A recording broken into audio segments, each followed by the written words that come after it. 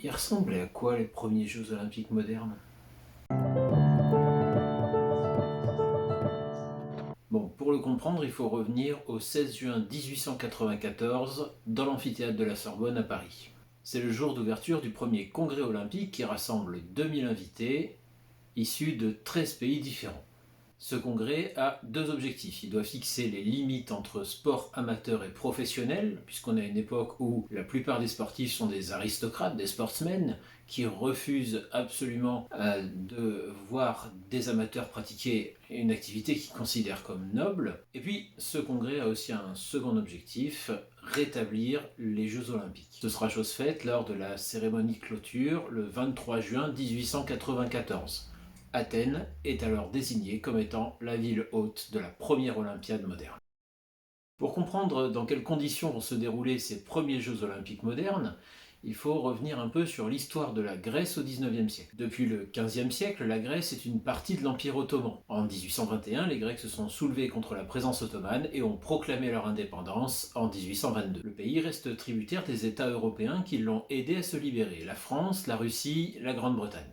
Appelés puissances protectrices, ces États vont installer au pouvoir Othon Ier, un souverain bavarois autoritaire. En 1862, un coup d'État contre Othon Ier va conduire à l'élection par l'Assemblée nationale grecque d'un nouveau roi. Il est le second fils du futur roi Christian IX du Danemark. Il s'appelle Guillaume de Schleswig-Holstein-Sonderbourg-Glücksbourg. Il devient roi des Grecs à 17 ans à peine sous le nom de Georges Ier. La Grèce est alors un royaume en faillite depuis 1893 et dont les caisses sont totalement vides. Donc les premiers Jeux olympiques modernes commencent dans un État qui n'a pas d'argent. Il va falloir en trouver pour créer les installations sportives nécessaires pour accueillir les Jeux. Le stade d'Athènes, qui servait pour les Panathénées à l'époque antique, va être le cœur de cette nouvelle Olympiade. C'est un site antique qui est alors dans un état de délabrement très avancé. Le marbre a été volé, les ronds sont poussés partout, des pierres jonchent le site qui est complètement à l'abandon. Il a été fouillé depuis 1836 par l'école archéologique allemande. Les membres du comité d'organisation des Jeux à Athènes ont alors l'idée de faire appel à un mécène.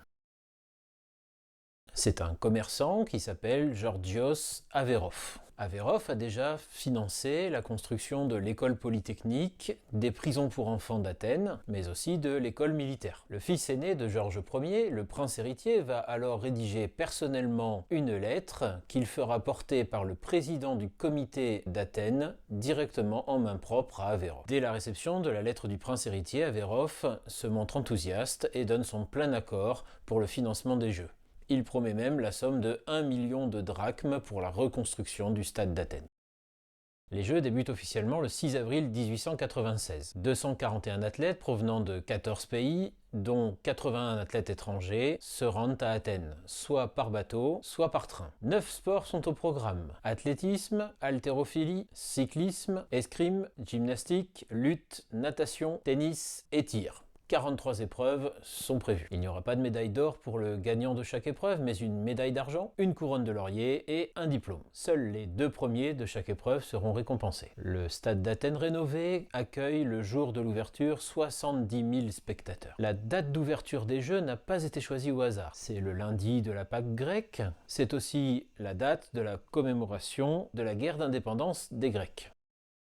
Et parmi les épreuves, il faut qu'on mentionne les épreuves de natation. Alors le temps est exécrable le jour prévu pour ces épreuves. La voile et l'aviron en mer sont aussitôt annulés à cause des conditions climatiques. Mais ça n'empêche pas les organisateurs de maintenir les épreuves de natation. Attention, on ne parle pas ici de piscine olympique chauffée. Ce 11 avril 1896, une dizaine de courageux à peine se présentent. Ils sont embarqués sur des barques qui les amènent au milieu de la baie de Zéa, près du port du Pirée. Il leur faudra rejoindre le rivage au milieu des vagues et des courants. L'eau est à 12 degrés à peine, ce qui transforme très vite cette épreuve olympique en épreuve de survie. À peine après avoir plongé, un Américain décide d'abandonner. Un Danois ne se risque même pas à sauter.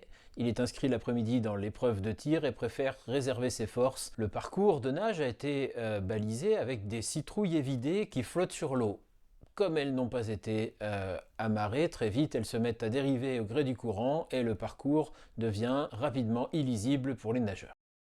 Autre épreuve d'importance, le marathon. 25 concurrents, dont 21 Grecs, vont s'aligner sur la ligne de départ dans la ville de Marathon. C'est un officier grec, le colonel Papadiamantopoulos, qui donne le signal du départ d'un coup de revolver. Les coureurs s'élancent sur le parcours, suivis par la foule, à vélo et par des militaires à cheval. Plus loin derrière, installés dans des voitures, des médecins suivent la course et sont prêts à porter assistance aux coureurs qui seraient victimes d'un malaise. 32e kilomètre, la tournure de la course change. Le français Lermusio s'effondre et il est pris en charge aussitôt par les médecins de la course. Au même moment, le grec Louis passe devant l'Australien. Au stade, les spectateurs sans nouvelles n'en peuvent plus d'attendre. Un cycliste allemand se présente. Tout le monde pense qu'il apporte avec lui la nouvelle de la victoire de l'Australien. Puis le colonel Papadiamantopoulos arrive à son tour. Il vient apporter la nouvelle à la famille royale. Le grec Louis est en tête et s'apprête à entrer dans le stade. Lorsque Louis entre dans le stade, la foule est en délire. Le prince héritier et son frère Georges se précipitent en courant à la rencontre du grec victorieux. Alors ce vainqueur, il s'appelle Spiridon Louis. C'est le fils d'un vendeur d'eau ambulant des environs d'Athènes qui avait pris l'habitude de suivre son père en courant à côté de la carriole qui portait les bouteilles d'eau.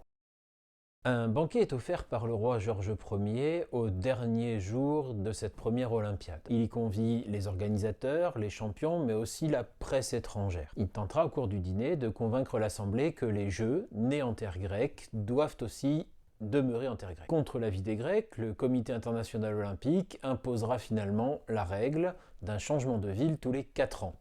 Coubertin, présent à ce dîner, fait la sourde oreille. Il attend déjà les Jeux de Paris prévus en 1900.